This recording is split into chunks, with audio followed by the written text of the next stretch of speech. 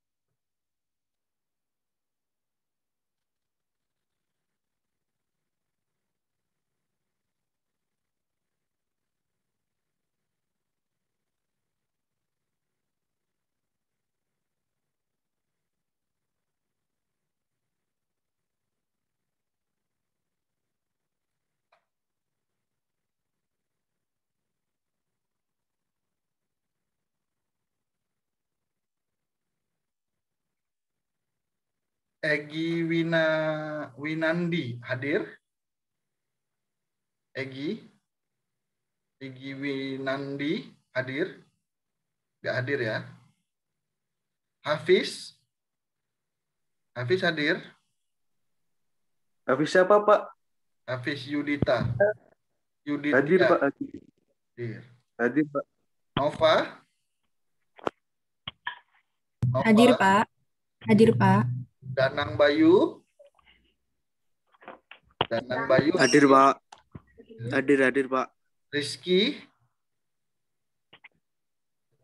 Mana nih, Pak? Rizky Dava? Hadir. Rahmat Ramadan nggak hadir ya. Manja Saputra Kennedy? Hadir, Pak. Hadir. Rinto Adi? Hadir Rinto Adi? Hadir, Pak. Hadir? Hadir. Kanifah Sabili? Hadir. Aprilia? Katanya nggak bisa masuk, Pak. Hah? Nggak bisa Katanya masuk? nggak bisa masuk, Pak. Kenapa? Masuk aja nggak apa-apa. Orang nggak dibatasin kok. Nggak dibatasin. Masuk aja bisa kok, nggak dibatasin. Kanifah nggak bisa masuk, suruh ulang. Aprilia? Alwin Subhan Muslim nggak hadir ya. Imam Hafiz Rizky hadir? Nggak hadir. Cristiano Nathan hadir? Tidak hadir ya. Muhammad Rizky Saputra Hadir, Pak. hadir. Oke. Baik, ini saya save.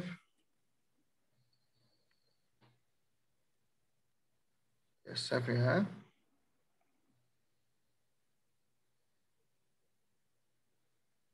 Aprilia suruh masuk aja, diulang ya. Mungkin di restart punyanya dia. Karena di sini nggak saya batasi kok. Siapa aja bisa masuk di sini. Oke.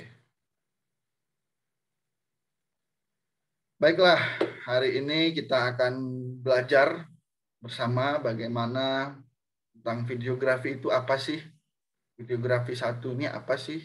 Apa hubungannya dengan sejarah film sih kan gitu.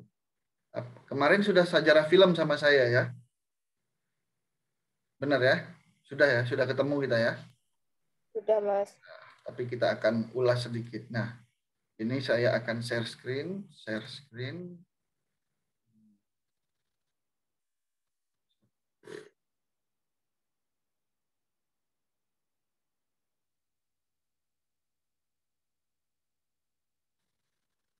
akan share screen. Bisa kelihatan? Bisa, Mas. Apa yang kelihatan? Apa yang kelihatan? PowerPoint. PowerPoint, baik. Ini akan kita mengulang sedikit ya tentang sejarah film karena ada hubungannya teknik videografi ini dengan sejarah film. Nah, apa yang dipelajari dalam teknik kamera video atau videografi satu ini? Ya kan? Yang pertama yang kita pelajari bagaimana menyampaikan suatu ide melalui gambar yang bergerak. Nah, bagaimana mencapai suatu ide melalui gambar yang bergerak. Ide, gagasan lewat gambar bergerak, gimana cara menyampaikannya. Nah, bagaimana membuat cerita dengan gambar yang bergerak. Nah, dari ide dan gagasan, kita sudah coba membuat sebuah cerita. Seperti itu. Nah, kemudian seperti apakah gambar-gambar bergerak itu? Seperti apa dia? Berapa frame-nya? Berapa kecepatan pergerakannya? Berapa satu frame-nya? Dan segala macam. Nah, bagaimana merangkai potongan gambar-gambar bergerak itu menjadi rangkaian gambar yang menyampaikan maksud tertentu.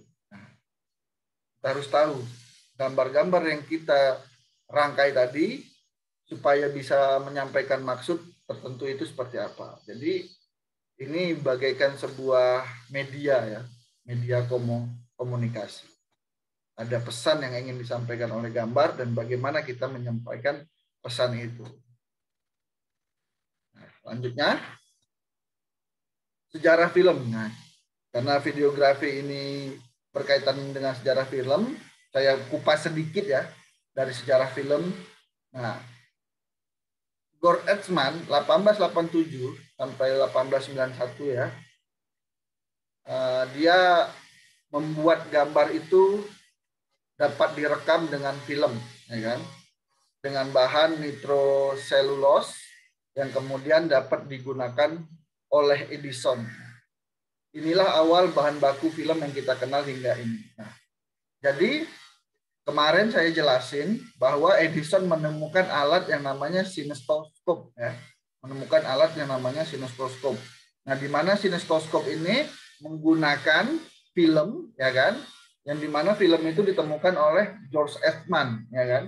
Nah, film yang ditemukan George Eastman itu mampu merekam gambar. Nah, kalau apa namanya?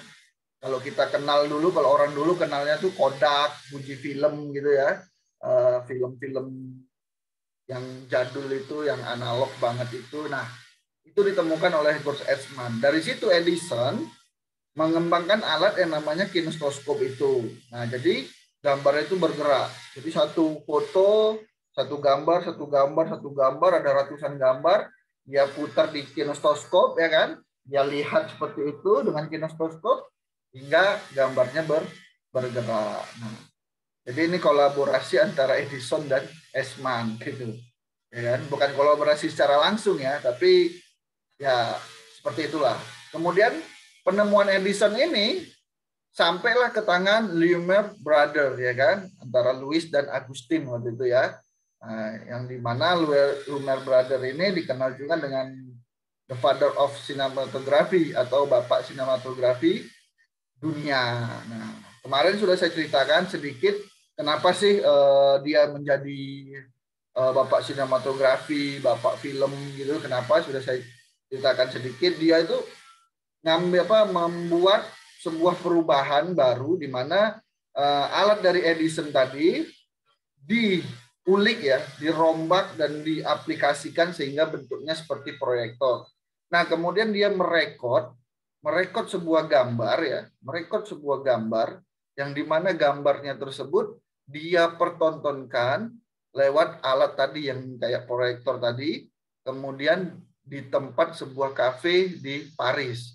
Nah, dari situlah dia sudah melakukan proses yang namanya sinematografi atau tata videografi. Dia sudah melakukan itu, memuting, ya kan, terus menampilkan, ya kan, mengambil gambar, terus mensyuting, mengambil gambar ya, terus dia mensyuting atau mengedit ya, dipotong-potong gambarnya, baru dia tampilkan lewat proyektor di khalayak umum, pakai penonton. Nah, itulah yang namanya sinematografi tadi. Jadi ada proses ngambil gambar, ada proses ngedit, ada proses yang di menonton gitu. Jadi sudah masuk sinematografi. Nah, karena dia yang pertama, akhirnya ditetapkanlah bahwa dia menjadi bapak sinematografi film, yang dimana Paris sendiri sekarang ada namanya festival film Cannes ya, yang dimana festival film Cannes itu film-film indie, film-film apa itu ya, itulah untuk menghormati Bapak Lumière ini. Nah, pada selanjutnya sebenarnya awal mulanya tuh film itu bukan karya seni. Nah, bukan karya seni seperti sekarang ini. Nah, hal ini disebabkan karena film merupakan sesuatu yang diciptakan oleh penemu dalam hal tertentu untuk usaha-usaha apa? Usaha-usaha merekam sebuah pertunjukan. Jadi dulu, tolong dong, gimana kita kalau mau gambar mendokumentasikan orang, kita lukis, ya kan? Udah lukis kita foto. Nah, seperti itu. Tapi bisa nggak suara, geraknya kita bisa ikut rekam? Nah, akhirnya penemu-penemu kayak George Eastman, Thomas Alva Edison, ya kan, sampai ke Lumière Brother tadi berhasil, ya kan, menciptakan sebuah waktu itu masih gambar bergerak dulu, belum ada suaranya, berhasil menciptakan gambar bergerak. Dan itu biasanya bukan untuk film, tapi untuk sekadar mendokumentasikan kehidupan sehari-hari, ya kan? Mendokumentasikan kehidupan sehari-hari, mendokumentasikan suasana, rapat, terus momen-momen kenegaraan, seperti itu. Jadi film itu dulu belum apa ya? Belum ada. Jadi dia disuruh kalian buat sebuah alat yang bisa merekam gambar gitu. Cuman itu aja untuk keperluan dokumentasi gitu loh. Kenegaraan, sosial, ya kan? Masyarakat, itu aja. Jadi belum ada itu. Akhirnya berkembanglah lewat Lumière ini, dibuatlah sebuah yang namanya sinematografi tadi. Nah, jadi kalau ditanya alat perekam film itu apakah dibuat untuk film pertama kali? Tidak. Itu hanya alat untuk mendokumentasikan. Namun, ya kan, setelah itu dikembangkan. Selain untuk mendokumentasikan, bisa dibuat sebuah film. Nah, film di sini harus memiliki beberapa unsur baru dikatakan sebuah karya seni. Yang dimana karya seni ini melibatkan budaya, gitu loh. Melibatkan budaya. Tidak ada karya seni yang tidak melibatkan sebuah budaya. Jadi film, karya seni, budaya menjadi satu. Kemudian sejarah film. Nah, ini dia sudah saya jelasin tadi. Jadi film waktu itu nggak dianggap karya seni karena bersifat teknis dan mekanis semata gitu. Jadi untuk sekedar dokumentasi gitu loh. Nah, belum ada ceritanya seperti itu. Belum ada kayak Charlie Chaplin yang dikejar singa atau apa gitu, belum ada. Nah, film mencapai kesempurnaan pada tahun 1920-an setelah ditambahkan adanya suara. Dan kesempurnaan berikut adalah ditemukan ukuran bahan film yang lebih baik dan ukuran layar serta teknik proyeksi yang berkembang pesat pada tahun 1950. Nah, jadi film mencapai kesempurnaan pada tahun 1920 setelah ditambahkan adanya suara. Nah, sebelum film itu ada suara, orang yang nonton di bioskop lah sebut ya, bioskop itu udah ada suara. Tapi suaranya langsung. Jadi misalnya ada suara apa nanti pakai, jadi ada orkestranya gitu, ada orkestranya sendiri gitu. Di setiap bioskop itu ada orkestranya sendiri, jadi dia nggak langsung lewat filmnya gitu. Tahun 1920 dia baru langsung. Jadi dulu kalau ada setiap film diputar ada orkestranya yang ngikutin seperti itu. Nah, itulah sejarah sedikit tentang film ya. Kemudian kita masuk, nah film ya kan, ini ada dua unsur. Yang pertama unsur naratif, yang kedua unsur sinematik. Nah, yang dimana unsur naratif di sini, di situ lebih ke apa? Naskah, ya kan, atau narasi. Nah, naskahnya ada cerita, ada tokoh, ada masalah, ada konflik, ada lokasi, ada waktu. Semua terdapat di dalam naskah. Naskah cerita, katakanlah film apa? Film apa? Bisa bantu saya? Film apa? Kanifa Sabili. Kamu terakhir nonton film apa? Terakhir nonton apa ya? Kayaknya belakangan jarang nonton deh, Pak. Jarang nonton. Kenapa? Berat kuota internet kalau nonton. Enggak sih, bingung aja mau nonton. Oke, baik, Kanifa. Salsabila, kamu terakhir nonton film apa?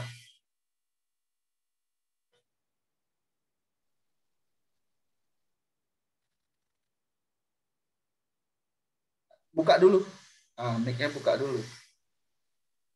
Nggak ada suaranya.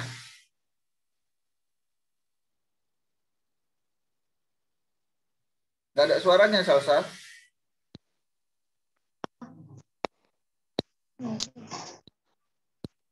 Halo.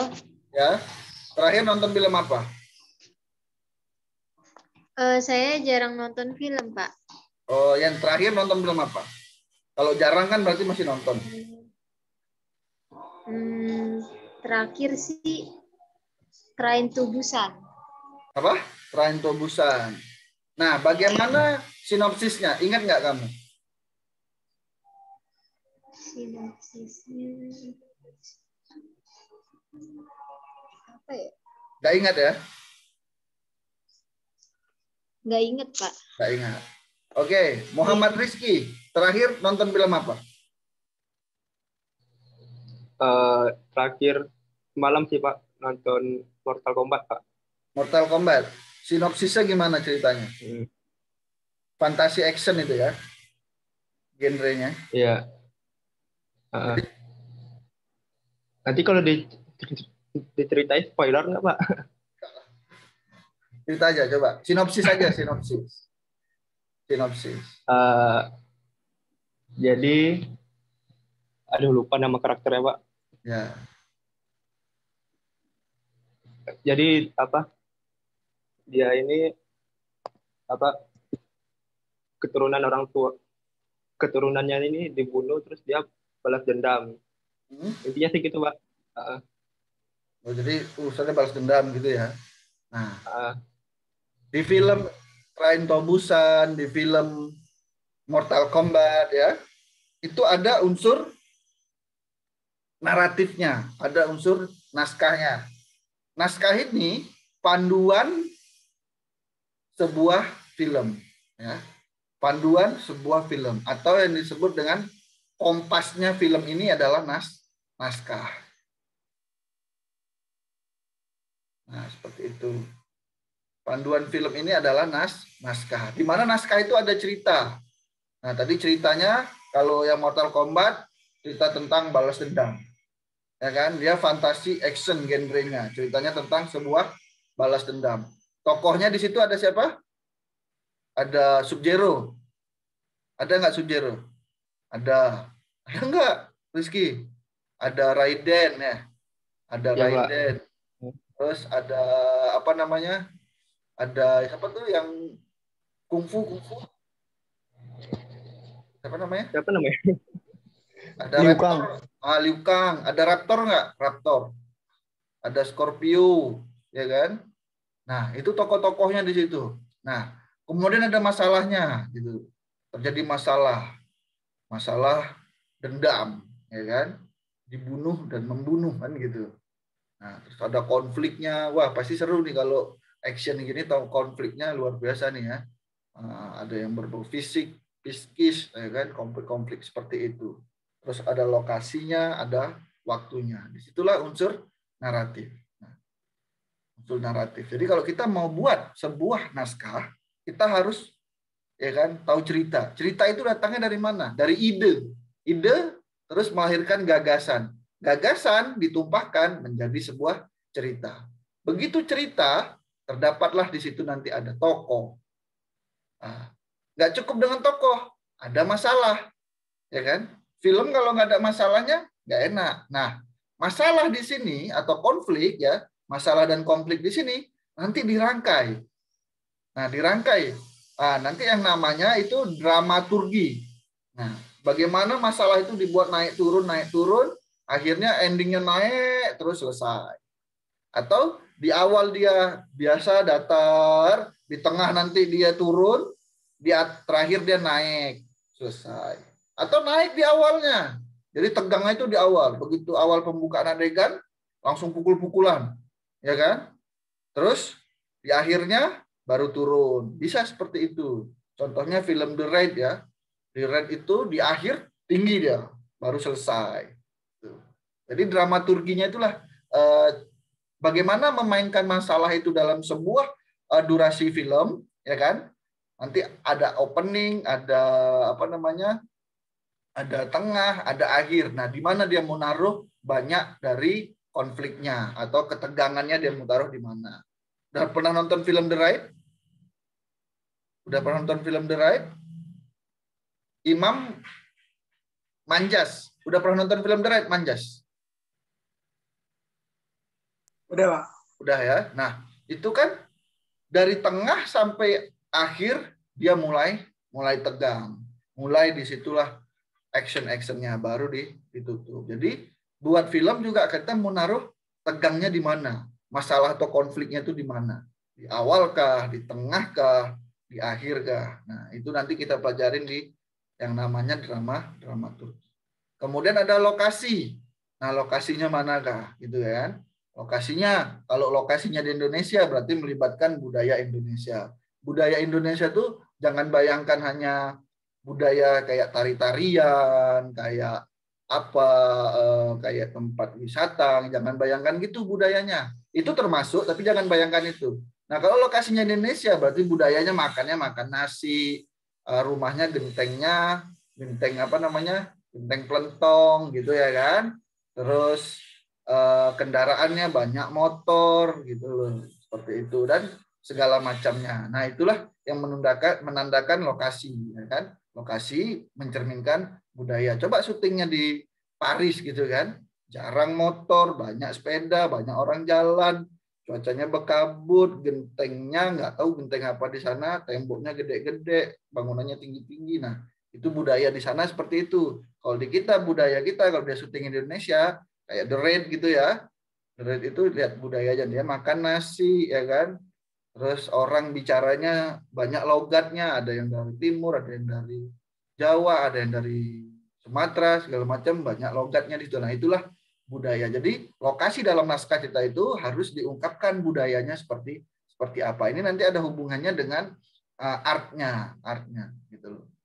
Ya kan, ceritanya dia berjalan ya kan menyusuri Malioboro. Nah, itu udah produk budaya semua di situ, ya kan? Produk budaya. Sampai apa namanya cara menawar pembeli ke konsumen, ya kan, itu budaya seperti itu dengan bahasa dan anu tertentu seperti itu. Kemudian waktu, nah waktu ini penting. Kalau nggak tahu waktu di sebuah naskah tersebut, Yang bingung itu lighting yang pertama, kemudian artistik, karena waktu ini untuk menggambarkan suasana gitu. Nah, dengan kita menjelaskan proyeksi waktu pada unsur naratif, kemudahan bagi lighting, ya, penata cahayaan untuk mengetahui, oh ini adegan jam sore, berarti dia harus pakai tungsten 3200 karena udah mau menjelang maghrib. Nah, oh ini adegan siang, berarti dia harus pakai daylight. Oh ini adegan malam, berarti sumber cahayanya adalah lampu. Oh ini adegan siang, berarti sumber cahayanya adalah matahari. Nah seperti itu. Nah jadi waktu harus terungkap jelas di sebuah naskah, ya kan? Ya kan? Seperti itu. Jadi kalau nggak ada narasi waktu di situ, bubrah lightingnya. Kayak mana dia mau konsep lighting? Waktunya nggak tahu, ya kan? Seperti itu. Nah, itu unsur dari narasi atau naratif atau unsur naskahnya. Nah, jadi kalau kalian buat naskah, masukin poin-poin ini. Ada poin cerita, tokoh, masalah, konflik, lokasi, dan waktu. Seperti itu. Nova udah pernah buat naskah? Nova? Nova sudah pernah buat naskah? Halo? Diam aja. Nge-freeze ya? Rizky Dava, udah pernah buat naskah Rizky? Belum, Mbak. Belum. Nah, nanti kalau buat kayak gini ya, Rizky, ada nanti mata kuliah yang lebih rinci tentang naskah film televisi. Nah, tapi cukup sampai sini dulu untuk narasi kita. Saya lanjut ke unsur sinematik. Nah, unsur sinematik ada mise en scène, ada sinematografi, ada editing, ada suara. Nah, kita sering dengar apresiasi film ya. Sinematografi terbaik jatuh kepada film, ya kan? Film cek toko sebelah gitu. Nah, apa sih yang dimaksud sinematografi? Apa sih yang dimaksud mise en scène? Nah, mise en scène, nah kita awal dari mise en scène dulu, ya kan? Mise en scène ini adalah apa yang terlihat di frame. Nah, apa yang terlihat di frame? Tentu yang terlihat di frame berarti yang ditangkap atau yang ada di depan kamera.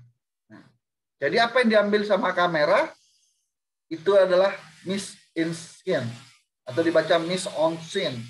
Mise en scène. Ini bahasa Perancis kayaknya. Mise en scène. Nah, mise en scène ini, ya kan?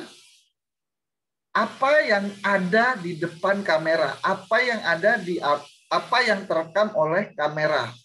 Frame ya, frame yang ada pada kamera. Kalau di situ ada kursi, ya kan?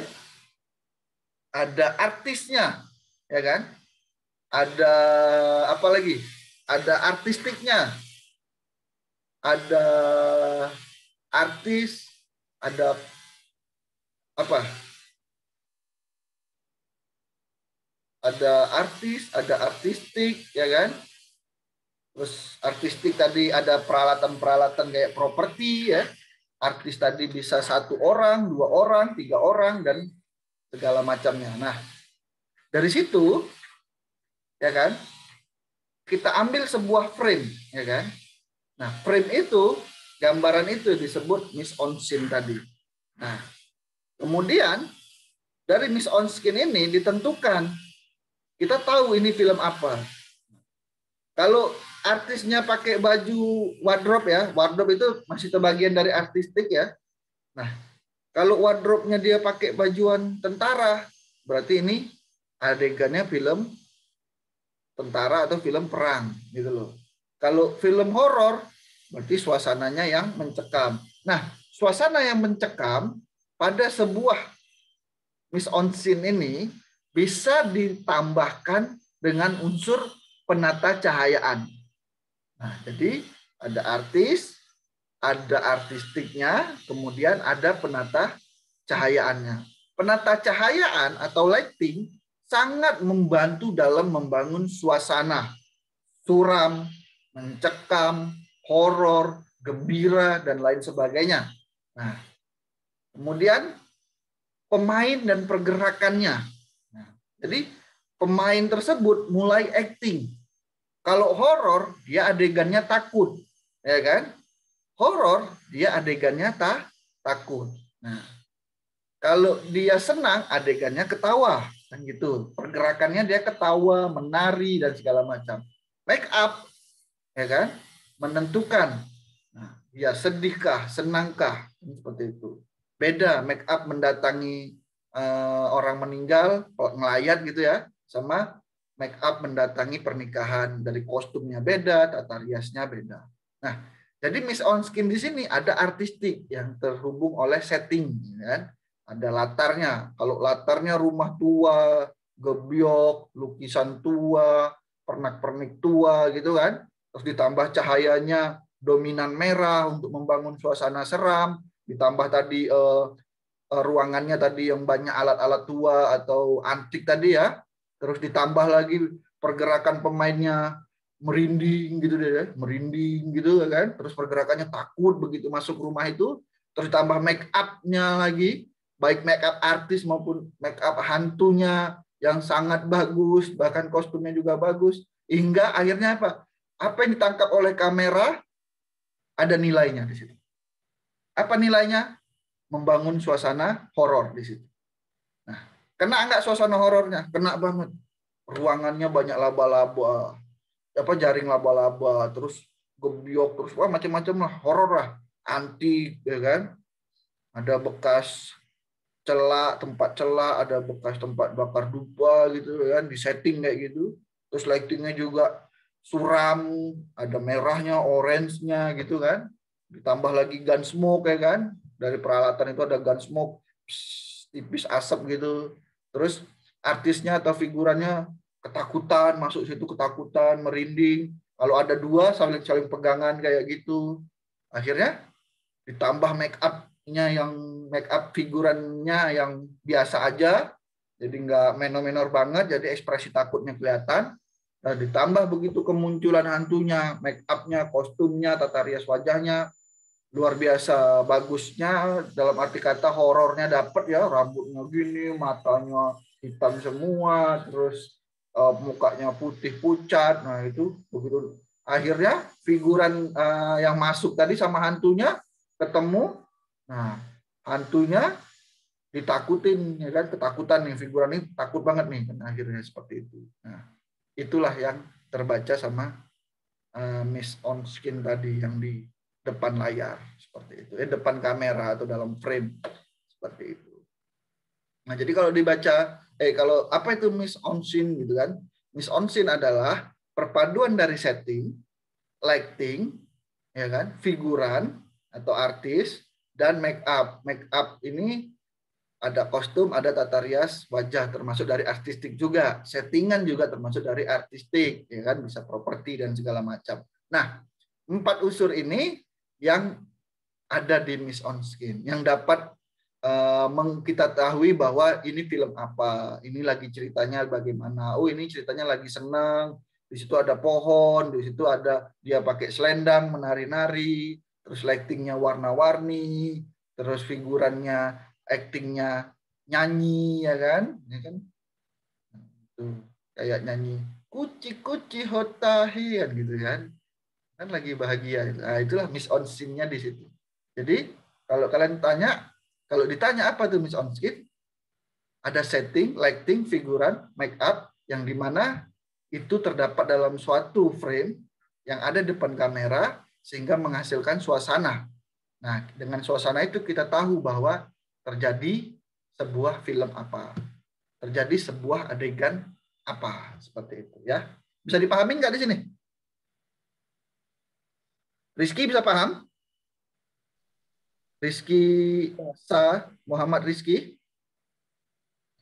Bisa, Mas. Bisa ya. Oke. Kemudian ada sinematografi gitu. Nah, udah ada Miss Enkin, ada sinematografi. Siapa tadi Bapak sinematografi kita? Iksan bisa dengar saya? Iksan? Ya, Pak. Nah, siapa Bapak sinematografi dunia? Bentar, Pak. Lihat catatan. Aduh. Lumina bersaudara bukan tuh, Pak? Hah? Siapa? Lumin bersaudara. Ya, Lumiere brother. Dia bersaudara tapi dia bukan kembar loh ya. Dia bersaudara tapi bukan kembar, itu adik kakak. Nah, Lumiere bersaudara adalah bapak sinematografi. Nah, kenapa dia disebut dengan bapak sinematografi? Karena dia yang menghubungkan framing dan komposisi. Ya kan? Sinematografi itu menghubungkan framing dan komposisi. Terus ada bahan baku atau karakter bahan bakunya. Terus ada geraknya, ada pergerakan, ada movement, ada posisi kamera, ada karakter lensa, dan ada durasi. Nah, seperti itu. Nah, ini yang disebut dengan sinematografi. Nah, sebentar. Nah, apa itu sinematografi? Nah, sinematografi adalah proses memframing, ya kan? Udah di framing, terus dikomposisi, terus di situ ada karakter bahan bakunya. Bahan baku itu apa? Bisa film, ya kan? Kalau zaman dulu film. Kalau sekarang apa? Hard disk atau memory card. Kalau zaman sekarang ya, memory card, ya kan? Terus ada gerak di situ. Gerak itu movement. Movement itu kayak mana? Ada tilt up, tilt down. Nah, jadi kalau gerak dalam kamera itu ada 3 pergerakan. Yang pertama pergerakan bodi kamera. Yang kedua pergerakan lensa. Yang ketiga pergerakan bodi dan perlengkapan kamera, yaitu tripod atau apapun itu.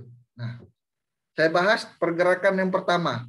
Pergerakan yang pertama itu ada yang namanya pergerakan bodi. Jadi bodinya aja yang bergerak. Apa aja itu? Kayak tilt up, tilt down. Itu kan cuma bodinya yang bergerak. Lensanya nggak usah bergerak. Pen right, ya kan? Terus pen left, terus tilt up, tilt down tadi udah, pen udah, ya kan? Nah itu yang bergerak cuman bodinya aja.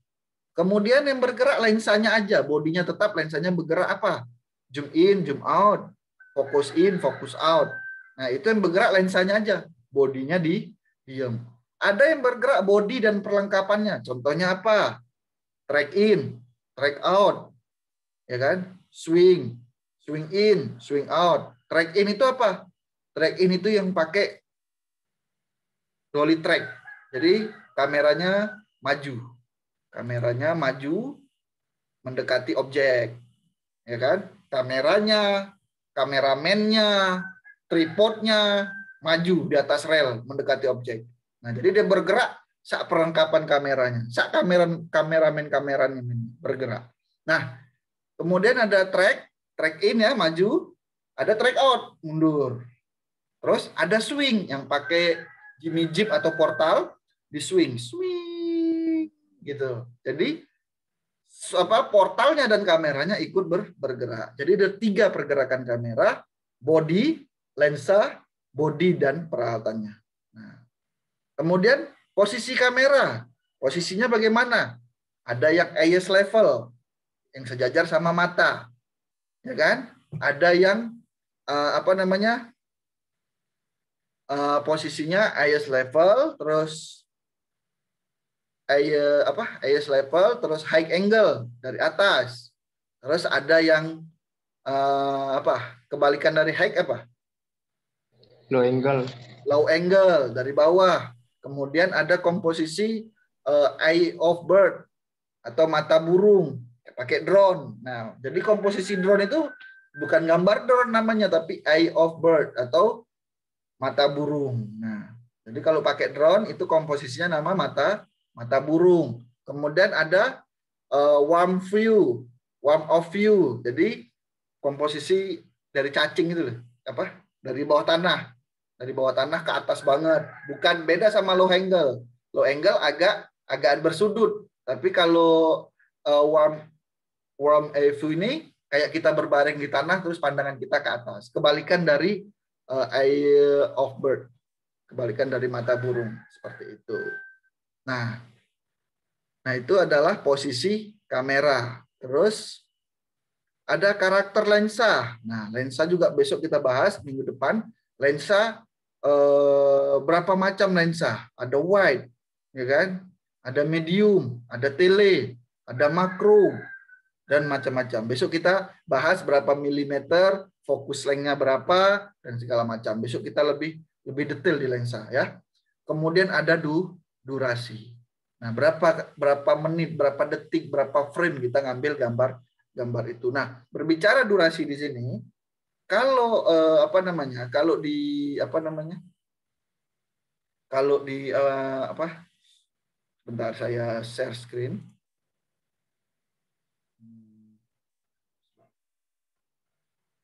Mana tadi ya?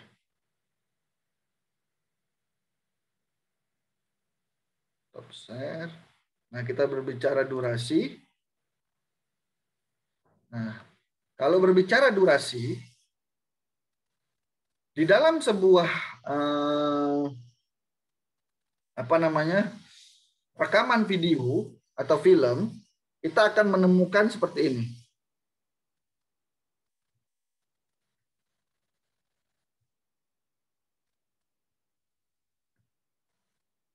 Nah, saya ingin nanya ke Kanifah.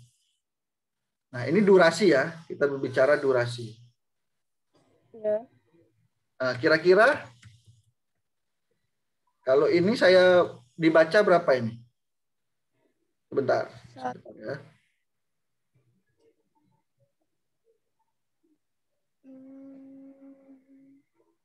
Nah, dibaca berapa? Bagaimana?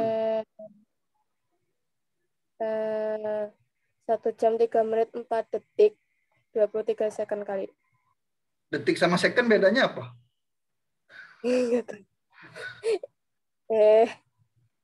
Apa ya, lupa yang terakhir. Coba siapa bisa bantu Kanifah? Kanifah, kamu ingin bantuan siapa? Sebut aja. Siapa ya? Sebut aja. Ada Majas, ada Rizky. Bingung ya, Mas? Itu. Hah? Bingung. Ya, bingung sebut aja, nggak usah malu. Ayo.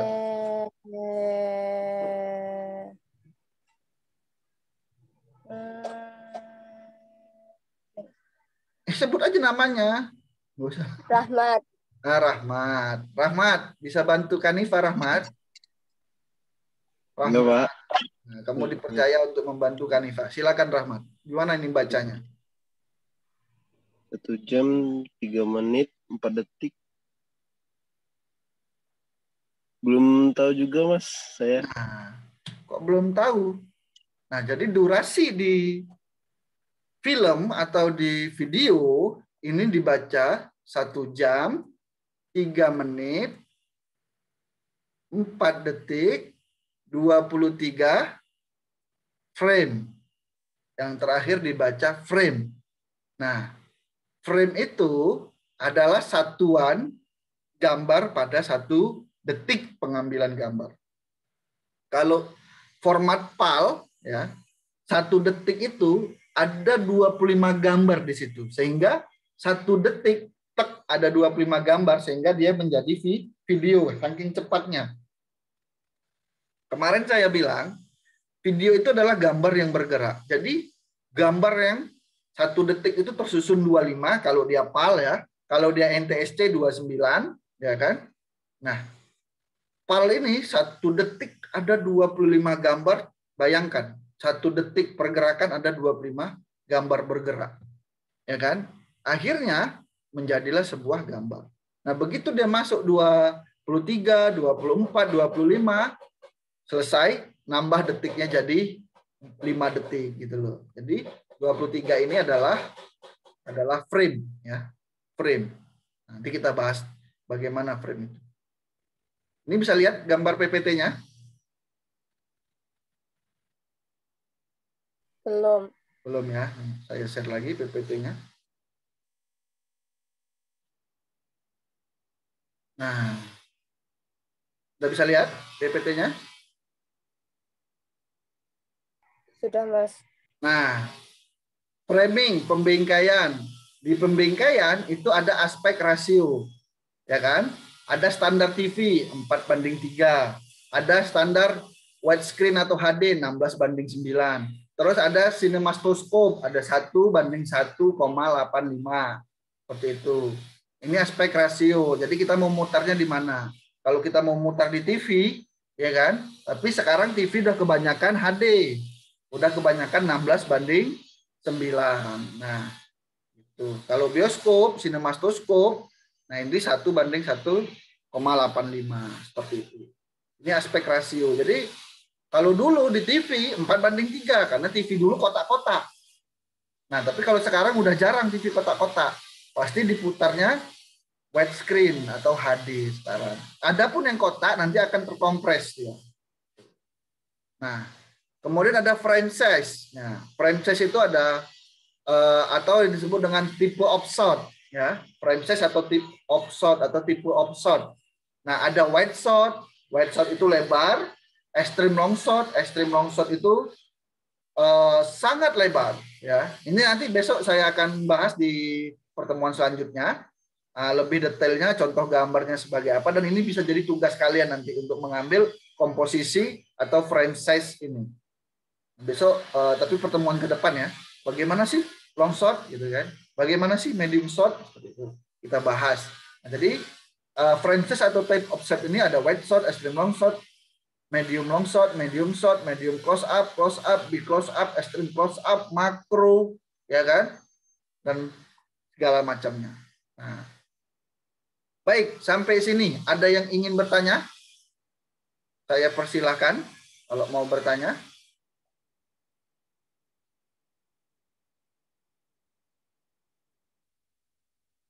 Silakan.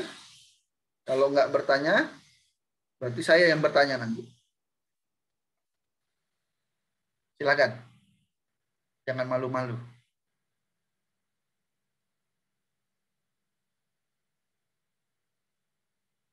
Ayo silakan bertanya. Jangan malu-malu dong.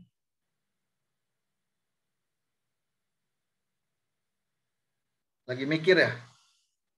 Nah, sambil mikir, saya puterin lah. Lagi mikir, Pak. Nah, iya. Saya puterin sebuah video tentang dokumentasi dari Lumiere Brother ya. Bisa kelihatan? Bisa, Mas. Nah.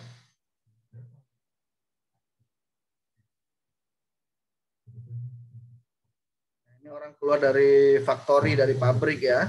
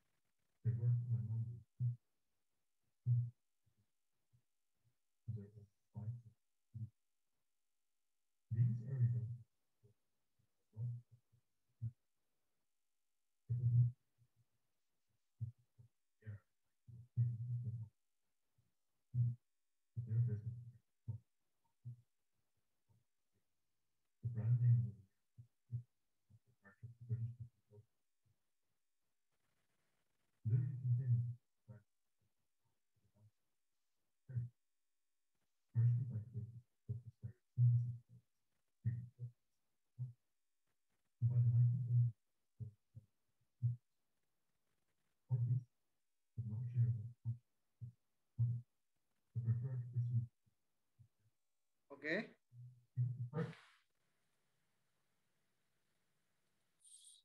Baiklah, ada yang mau ditanyakan mungkin?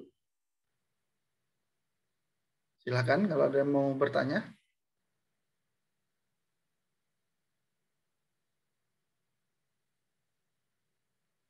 Salsa, ada yang mau ditanya? Silakan. Pak, saya mau nanya. Oke, bagaimana Salsa? Halo, Ya, kalau sinematografi itu termaksud seni juga nggak sih dalam film? ya. Nah, kalau kita sudah berbicara film, itu berarti sudah sebuah karya seni. Nah, kalau karya seninya dari mana film itu? Salah satunya dari sinematografinya. Apa tadi unsur-unsur sinematografi? Kan? Ada frame di situ, ada komposisi di situ, ya kan? Ada apa lagi? Nah, bisa bantu? Ada apa tadi unsur-unsur sinematografi? Salsa bilang? Unsur-unsur sinematografi tadi apa? Halo? Manjas. Unsur-unsur sinematografi apa tadi Manjas? Ada frame, komposisi, durasi, yaitu make up, artistic, lighting, Pak. Oke. Make up, artistic, lighting. Ya. Itu artistic lighting itu adanya di mise en scene. Di mise en scene, bukan di sinematografi. Apa Salsa bilang? Framing, Ah, komposisi, ya. karakter, posisi kamera, Oke. lensa, Oke. durasi. Durasi. Itu kalau lighting itu ada di mise en scene tadi Manjas, ya harus dibedakan itu. Ya memang sama-sama dari apa namanya? Dari segi teknis ya. Cuman ada mise en scene dan sinematografi itu berbeda. Harus dipahamin itu. Jadi sinematografi itu bentuknya ya itulah seni. Seninya bagaimana dia mengkomposisi gambar. Nah, ya kan? Nanti di komposisi gambar itu ada rule of third, ya kan? Orangnya ditaruh di sebelah kanan, sebelah kiri, atas, bawah atau tengah. Itu merupakan sebuah produk seni nanti yang kalau udah jadi jadinya produk seni. Nah, seperti itu. Jadi kalau produk seni, film itu relatif gitu loh. Bagus atau baik film itu relatif, tapi asal film itu tidak mengandung sara, bagus atau baiknya sinematografinya itu relatif. Karena siapa yang bisa mengukur seni. Seperti itu. Kecuali asal dia tidak sara, tidak kontroversial, ya it's fine, it's okay. Komposisinya kadang ada juga komposisi yang kayak headroomnya dipangkas. Tahu kan headroom? Jarak antar frame atas dan kepala kepangkas kayak gini nih. Nah, ada yang seperti itu oke. Ada juga yang pingin headroomnya ada jarang dan segala macam. Nah, seperti itu. Tapi biasanya kalau kita buat film, pertama kali pasti orang banyak yang kritik. Oh, ini loh frame-nya gini ya kan. Sebagai karya seni kita banyak dikritik orang. Nggak apa-apa, logo aja. Tapi kalau orang yang sudah pakar film, mahir buat film walaupun ada kurang-kurangnya dikit, kayak nggak kerasa kurang gitu. Kayak nggak kerasa kurang. Malah kayak kerasanya berlebih aja itu film.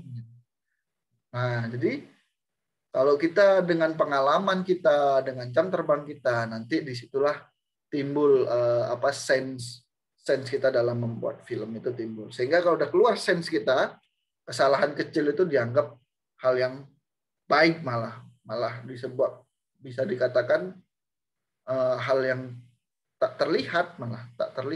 Tapi kalau kita baru pertama kali buat film, kita tampilkan, wah banyak banget kritik. Pengalaman pribadi sih. Tapi begitu sering buat film, kesalahan kecil dilupakan orang. Maksudnya kayak komposisi agak kurang pas, diwajarin sama orang gitu. Diwajarin. Tapi kalau baru, nggak ada kewajaran di situ. Semuanya salah. Bahkan yang udah bagus pun masih dikritik. Seperti itu. Muhammad Rizky ngangguk-ngangguk aja dia. Sepaham ya, Rizky? Oke. Baik, ada lagi yang ingin ditanyakan?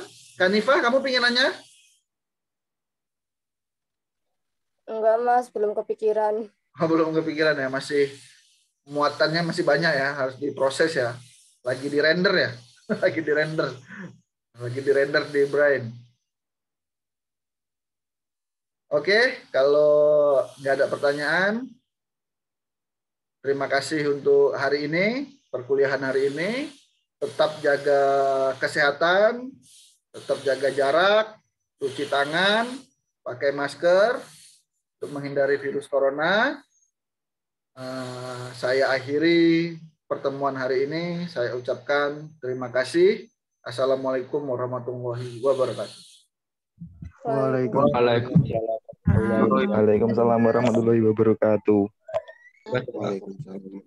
Kalau ada pertanyaan bisa japri di WA group ya. Bisa lewat WA group. Terima kasih.